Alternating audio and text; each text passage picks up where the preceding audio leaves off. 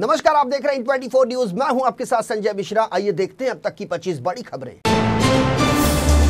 चेन्नई में भारी बारिश के कारण अरुम्बकम अमरावती नगर के आवासीय क्षेत्रों में जलभराव से लोग हुए परेशान। आईएमडी ने बताया कि तूफान का असर उड़ीसा, तमिलनाडु, आंध्र प्रदेश, तेलंगाना और पुडुचेरी में रहेगा। आंध्र प्रदेश, तमिलनाडु और पुडुचेरी के बाद तेलंगाना में 5 दिसंबर के लिए जारी किया गया रेड अलर्ट। इन राज्यों में तैनात की गई एसडीआरएफ और एनडीआरएफ की टीमें। अब तक 204 ट्रेनें और 70 फ्लाइट कैंसिल।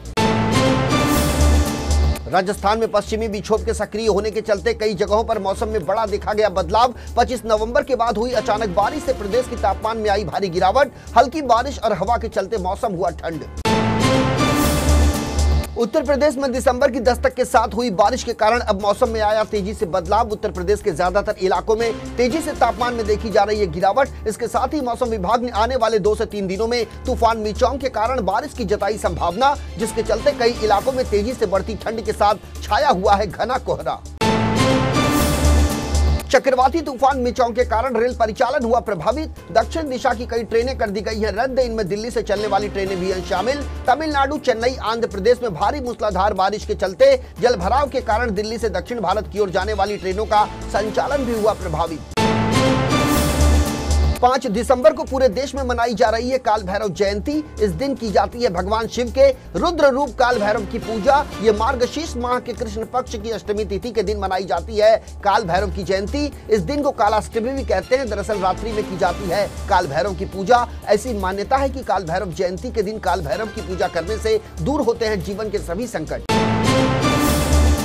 प्रधानमंत्री नरेंद्र मोदी के ड्रीम प्रोजेक्ट बुलेट ट्रेन का काम अब तेजी से पकड़ने लगा है रफ्तार। ट्रेन के लिए देश की पहली समुद्र के नीचे बनने वाली सुरंग के निर्माण का काम शुरू करने का समय अब हुआ तय। ये सुरंग होगी 21 किलोमीटर लंबी। खास बात यह है कि 7 किलोमीटर सुरंग समुद्र के नीचे बनेगी, जिसका मुंबई में होगा निर्माण। मुंबई से अहमदाबाद के बीच बुलेट ट्रेन मुंबई के बांद्रा कुर्ला कॉम्प्लेक्स से होगी शुरू। यहां पर पूरा स्टेशन और ट्रैक दोनों ही होंगे भूमिगत। यहां से बनेगी सुरंग जो समुद्र के नीचे से होकर गुजरेगी। इस सुरंग का निर्माण अपने आप में है चैलेंज, क्योंकि 7 किलोमीटर समुद्र के नीचे से गुजरेगी ये सुरंग। रेलवे मंत्रालय के अधिकारी के अनुसार लोकसभा चुनाव से पहले यानी मार्च 2024 से शुरू हो जाएगा सुरंग के लिए खुदाई का काम। बिहार के अल्पसंख्यक कल्याण मंत्री जमा खान की एस्कॉर्ट गाड़ी देर रात हुई हादसे का शिकार। रोहतास के परस्तुआ थाना क्षेत्र में ड्राइवर ने खोया एस्कॉर्ट गाड़ी पर से अपना नियंत्रण, जिसके बाद हुआ मंत्री जी की कार का एक्सीडेंट। हादसे में कार ड्राइवर जमालुद्दीन खान की हुई मौत, जबकि 4 पुलिसकर्मी हुए घायल, जिसमें 2 महिला पुलिसकर्मी भी शामिल। सासाराम के सदर अस्पताल में चल रहा है सभी घायलों का इलाज। राजधानी दिल्ली में खराब हो रही हवा के साथ ही बेहद खराब श्रेणी में बना हुआ है नोएडा और गाजियाबाद का एयर क्वालिटी इंडेक्स। केंद्रीय प्रदूषण नियंत्रण बोर्ड के अनुसार नोएडा के सेक्टर 116 में आज सुबह 6 बजे 249 दर्ज किया गया एयर क्वालिटी इंडेक्स, जो कि खराब श्रेणी की हवा की गुणवत्ता को दर्शाता है। इसके अलावा नोएडा के सेक्टर 1 में एयर क्वालिटी इंडेक्स 272 और नोएडा के सेक्टर 62 में यह बना हुआ है 278। उत्तर प्रदेश में बेरोजगारी की दर को कम करने के लिए लगातार कई कल्याणकारी योजनाओं को चला रही है उत्तर प्रदेश की योगी सरकार, जिसकी मदद से खुद का व्यवसाय शुरू कर या फिर खेती किसानी कर फायदा ले सकते हैं युवा। इस योजना का मुख्य उद्देश्य है शिक्षित युवाओं के लिए रोजगार के अवसरों को बढ़ावा देना। विधानसभा चुनाव में बेहतर प्रदर्शन के सहारे इंडिया गठबंधन में शामिल दलों पर दबाव बनाने की मंशा पालने वाली कांग्रेस की रणनीति नतीजे आने के बाद उस पर पड़ रही है भारी। गठबंधन में कांग्रेस को लेकर मची है कलह। कांग्रेस की हार को उसके अहंकार और सहयोगी दलों की अनदेखी का नतीजा बता रहे हैं क्षेत्रीय दल। टीएमसी, शिवसेना, जदयू और समाजवादी पार्टी ने चुनावी नतीजों के बाद बनाना शुरू कर दिया है लोकसभा चुनाव में कांग्रेस पर क्षेत्रीय दलों का नेतृत्व स्वीकार करने का दबाव। समाजवादी पार्टी के मुखिया अखिलेश यादव ने कांग्रेस को लोकसभा चुनाव में ममता बनर्जी के फॉर्मूलों पर आगे बढ़ने की दी नसीहत। उन्होंने कहा कि भारतीय जनता पार्टी को हराने के लिए जिस राज्य में जो भी क्षेत्रीय दल प्रभावी है उनके नेतृत्व में लड़ा जाना चाहिए चुनाव। पश्चिम बंगाल की मुख्यमंत्री ममता बनर्जी ने हिंदी पट्टी के 3 राज्यों में आए विधानसभा चुनावी नतीजों के बाद जाहिर की निराशा। कहा यह इंडी यानी विपक्षी दलों के गठबंधन की हार नहीं है, बल्कि कांग्रेस पार्टी की है हार। बनर्जी ने कांग्रेस की रणनीति की आलोचना करते हुए यह भी कहा कि चुनावी रणनीति हमेशा सही होनी चाहिए, केवल भाषण देकर चुनाव जीतने की नहीं करनी चाहिए उम्मीद। बिहार की सियासत में उस समय खड़ा हो गया भारी बवाल जब जनता दल यूनाइटेड के लोकसभा सांसद ने प्रधानमंत्री नरेंद्र मोदी की प्रशंसा करते हुए कह दिया कि मोदी है तो मुमकिन है। जदयू नेता की इस टिप्पणी पर पार्टी के भीतर मचा हुआ है खासा घमासान। एडुटेक कंपनी बायजू पर गहराया बड़ा आर्थिक संकट, जिससे निपटने के लिए संस्थापक बायजू रविंद्रन ने कर्मचारियों को भुगतान करने और धन जुटाने के लिए अपने घर को रख दिया गिरवी। कंपनी के संस्थापक बायजू ने घर के साथ साथ परिवार की संपत्ति को भी रख दिया है दांव पर। बताया जा रहा है कि नकदी के संकट से जूझ रही है कंपनी, जिसके कारण स्टाफ को सैलरी देने के लिए भी कंपनी के पास नहीं बची है रकम।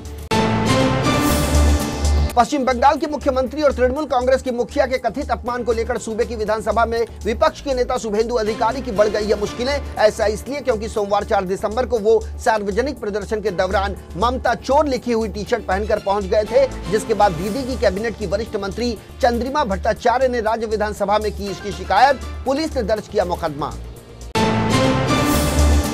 राजस्व खुफिया निदेशालय यानी डीआरआई ने पिछले 1 साल में जब्त किया है रिकॉर्ड तोड़ सोना। एजेंसी ने सोमवार को अपने 66वें स्थापना दिवस पर दी इस बात की जानकारी। डीआरआई के प्रधान महानिदेशक मोहन कुमार सिंह ने भारत में तस्करी रिपोर्ट 2022-23 के आंकड़ों को हवाला देते हुए कहा कि भारत में सोने की तस्करी अभी भी बना हुआ है चिंता का विषय। डीआरआई ने बताया कि हमने देश भर में 275 मामलों में करीब 1450 किलो से अधिक सोना किया है जब्त, जो पिछले साल जब्त किए गए सोनों से भी है दोगुना।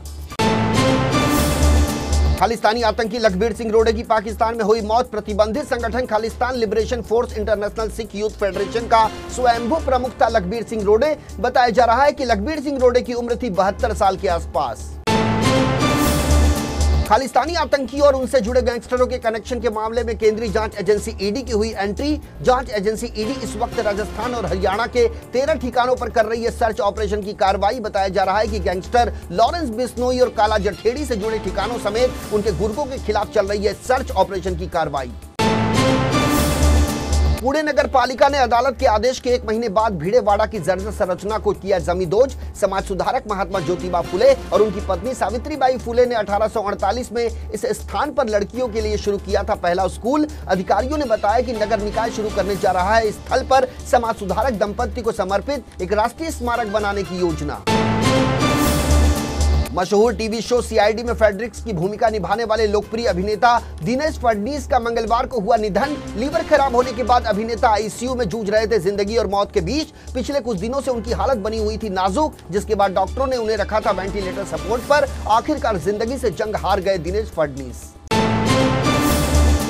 शेयर बाजार ने आज भी रिकॉर्ड तोड़ की शुरुआत। सेंसेक्स पहली बार पहुंचा 69,000 के पार, जबकि निफ्टी ने भी नए ऑल टाइम हाई 20,808 के स्तर से की दिन के कारोबार की शुरुआत। आज 303 अंकों की बढ़त के साथ 69,168 के स्तर पर खुला सेंसेक्स, जबकि 122 अंक पर खुला निफ्टी। इजराइल और हमास के बीच संघर्ष विराम के खत्म होने के बाद एक बार फिर तेज हो गया है युद्ध। दोनों पक्ष एक दूसरे पर कर रहे हैं लगातार हमले। इसी बीच इजराइल के प्रधानमंत्री बेंजामिन नेतन्याहू ने मंगलवार को तेल अवीव में रक्षा मंत्रालय मुख्यालय में अपने युद्ध मंत्रिमंडल की बुलाई बैठक। 7 अक्टूबर के बाद से अब तक इजरायली हमलों में हो चुकी है 15,899 फिलिस्तीनियों की मौत।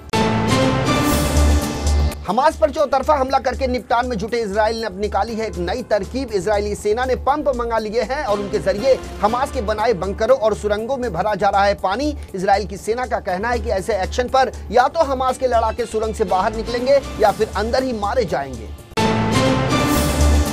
पाकिस्तान के पेशावर में एक स्कूल के पास हुआ ब्लास्ट धमाके में कई स्कूली बच्चों के घायल होने की खबर। मीडिया रिपोर्ट्स के अनुसार पेशावर की वर्साक रोड पर स्थित एक स्कूल के करीब हुआ यह धमाका। मौके पर मौजूद पुलिस के अनुसार विस्फोटक पदार्थ से किया गया है यह धमाका। राहत बचाव की टीम मौके पर मौजूद। पुलिस के अनुसार सड़क के किनारे सीमेंट ब्लॉक में छिपा कर रखा गया था ये सारे विस्फोटक। तो ये थी अब तक की 25 बड़ी खबरें। देश और दुनिया की ताजा तरीन खबरों के लिए बने रहिए इन 24 न्यूज के साथ। मुझे यानी संजय मिश्रा को दीजिए इजाजत। नमस्कार।